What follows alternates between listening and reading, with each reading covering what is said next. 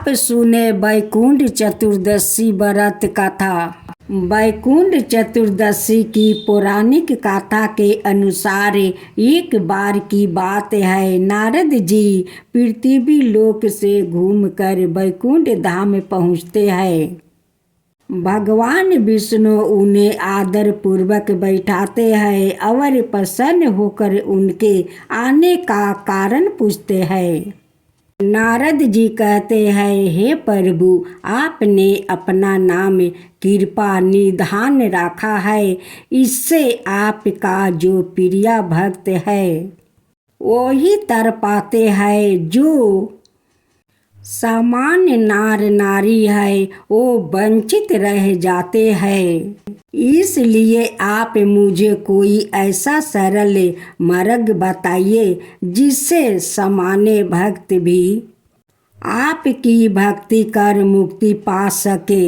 यह बात सुनकर विष्णु जी बोले, हे नारद, मेरी बात सुनो। कार्तिक शुक्ल पक्ष की चतुर्दशी को जो नार नारी व्रत का पालन करेंगे और श्रद्धा भक्ति से मेरी पूजा अर्चना करेंगे, उनके लिए स्वर्ग का द्वार साक्षात खुले होंगे।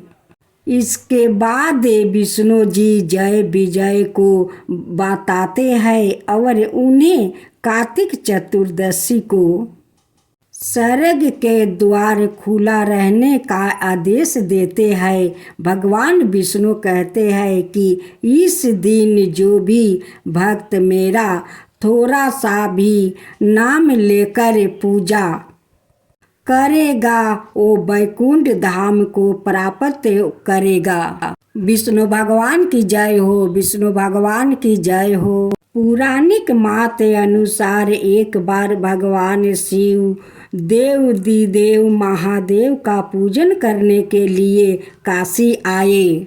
वहाँ माणिकर्णिका घाट पर स्नान करके उन्होंने 1000 सबरम कमल पुष्पों से भगवान विश्वनाथ के पूजन का संकल्प किया। अभिषेक के बाद जब वो पूजन करने लगे तो शिव जी ने उनकी भक्ति की परीक्षा के उद्देश्य से एक कमल पुष्प कम कर दिया। भगवान श्री हरि को पूजन की मूर्ति के लिए 1000 कमल पुष्पों चढ़ाने थे। एक पुष्प की कमी देखकर उन्होंने सोचा, मेरी आंखें भी तो कमल की ही समान है, मुझे कमल नयन और पुंडरीक्षक कहा जाता है।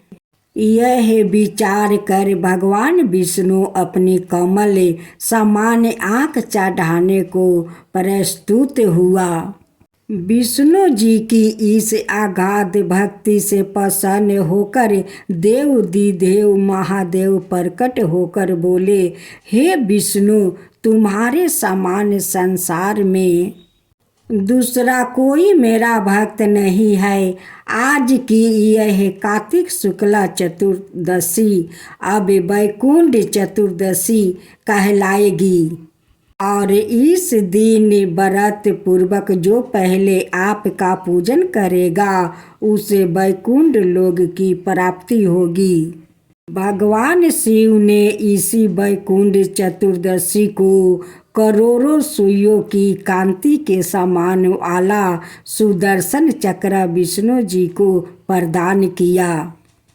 शिव जी और विष्णु जी कहते हैं कि इस दिन स्वर्ग के द्वार खुले रहेगा। मृत्यु लोक में रहने वाला कोई भी व्यक्ति इस व्रत को करता है वह अपना स्थान वैकुंठ धाम में सुनिश्चित करेगा। जय विष्णु भगवान, जय विष्णु भगवान।